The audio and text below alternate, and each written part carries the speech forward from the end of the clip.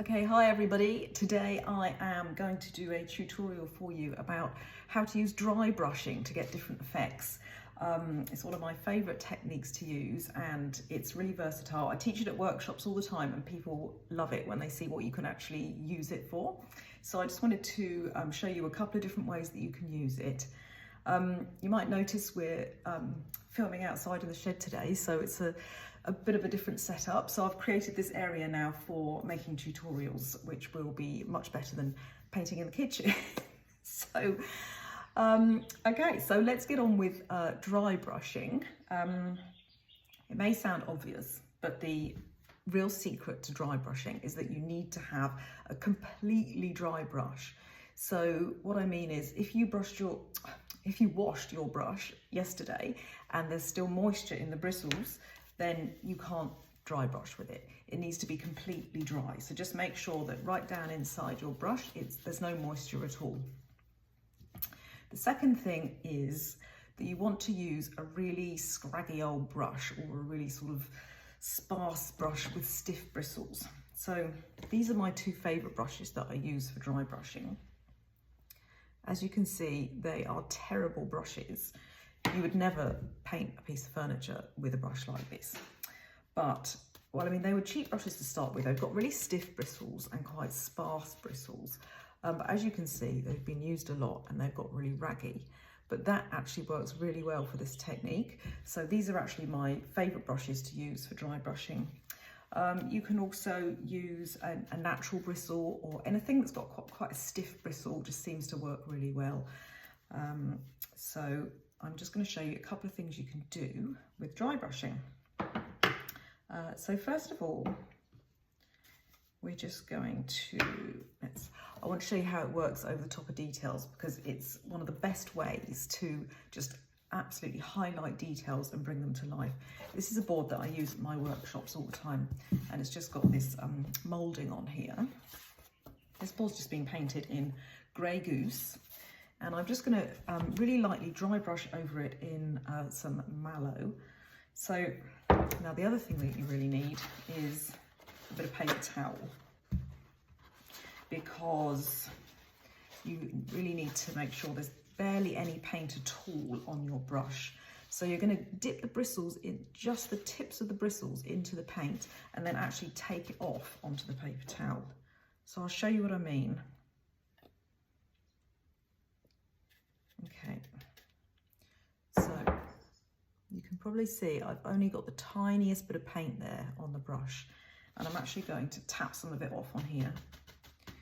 Now, the other thing about this is it's much better to start off with very little paint and build your way up, because if you put too much paint on your brush and overload it, then you kind of spoil it and then you have to paint over it and start again. So always better to start off with just a tiny amount of paint and then you can get a feel for how much is on the brush, how much pressure you need to put, and then you can start to build it up. It's much easier to do it that way. So I'm starting off with barely anything on my brush. I'm tapping it off onto the paper towel. And then I'm just going to hold this up so you can see. I'm just going to very lightly take it across these details. So I'm not putting an awful lot of pressure, I'm just lightly tapping. I don't know if you can see very well, hang on a sec. So it's just picking up on the high points basically of the details. Let me get it a bit closer for you. Okay, so you can just hopefully see that it's picking up on all the high points of those details and really highlighting. It's a really pretty effect. I'm going in different directions. Now, can you see that? So it's just, maybe if I stand back a bit more, you can see the difference it's made. I think it's a bit difficult in the light. On the camera, it doesn't look the same as how it looks in real life. Hopefully you can see how that's just picking up on the high points. Now this board has been painted lots of times because I repaint it and use it at workshops. But so it's got a lot of texture here that's built up. But I'm just going to dry brush over the flat bit as well. And you'll see how it just picks up on all the kind of bumps and details. I'll hold it a bit closer to the camera for you in a sec. I wonder if maybe, hang on, let's angle the camera down and see if you can see better that way. That might work a bit better. Now, can you see the raised details and how they're highlighted?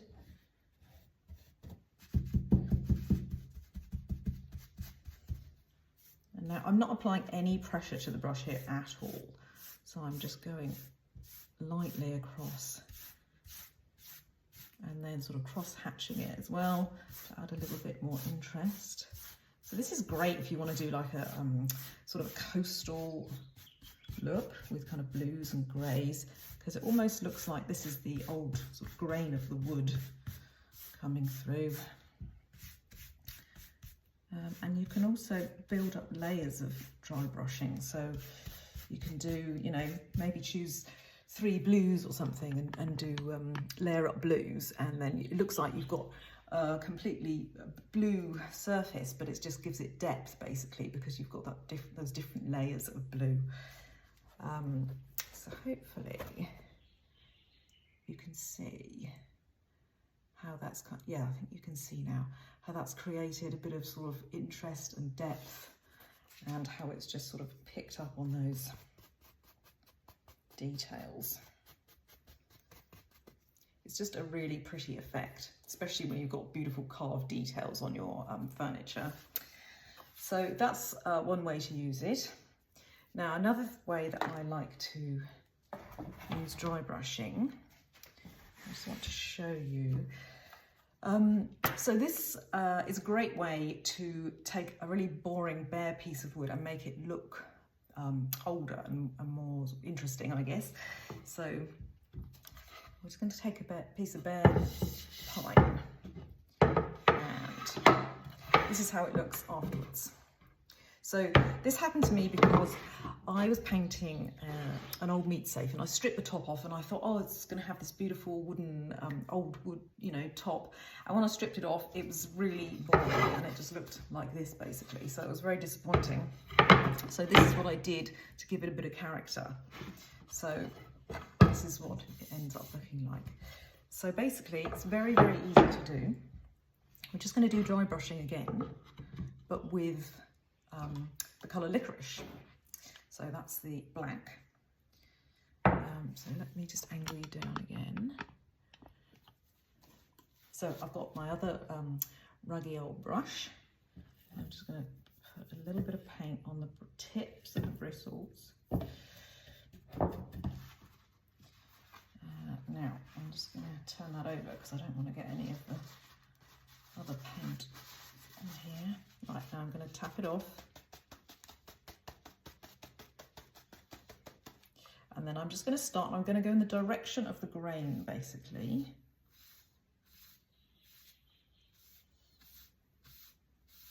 Because what it's really doing is it's making it look like years of dirt are sort of sitting down in the grain of the wood.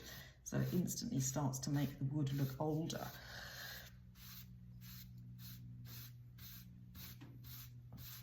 Just keep building it up.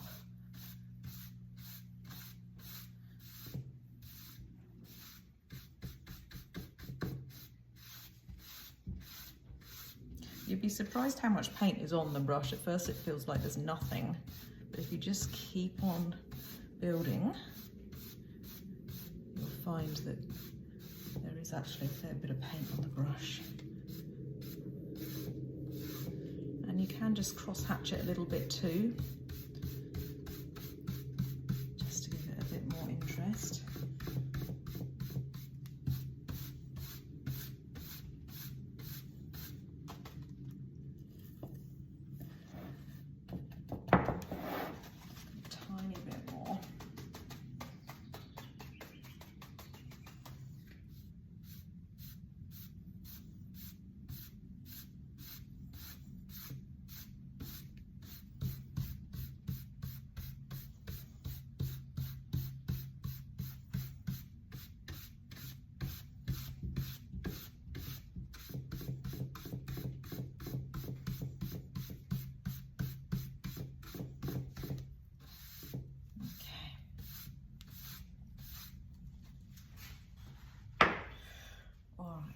Now, the great thing about this technique as well is that the paint dries really quickly. So what we're going to do, as you can see, the piece that I've done has got a slightly different colour to the wood because I put dark brown wax on it basically to deepen the colour of the wood. So we just need to let this paint dry for a second. I don't know, give it maybe 2 minutes, and then we'll go on with some dark brown wax. Okay, so this has been drying for a couple of minutes now, and so we're just going to apply some dark brown wax to it, and that's going to deepen the colour of the wood. So I'm just using old Chuck's cloth.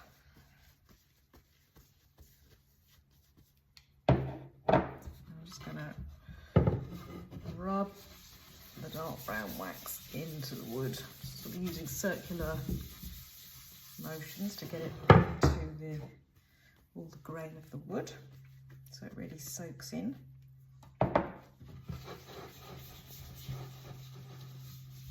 This is just going to deepen the colour down, and I'm just sort of taking it off in the direction of the grain.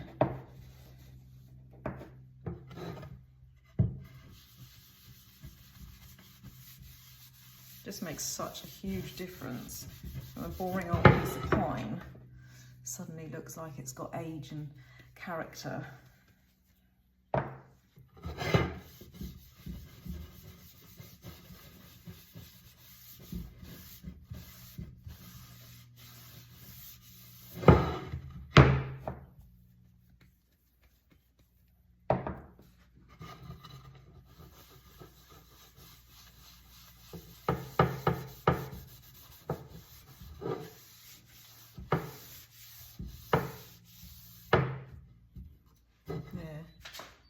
So you can see it's made a huge difference from just that sort of boring yellow old pine to an aged piece of wood. Now, one thing some people do ask is, you know, what if I want to use use the top coat on if it's like a dining table or something that's going to get a lot of wear and tear and they don't want to use the wax. So in that situation, you can do your dry brushing, put the top coat over the top to seal it, and then you can put dark brown wax on top. And then you've got the real protection of the top coat, but you can still have the detail of the dark brown wax. You can never put wax underneath the top coat, so you can put wax onto top coat, but you can't put top coat over wax. So I hope that makes sense. I hope you like this technique. It's one that I use all the time, and it's really versatile. So if you have a go at it, then tag me, let me know, and show me what you're doing. Okay, see you next time.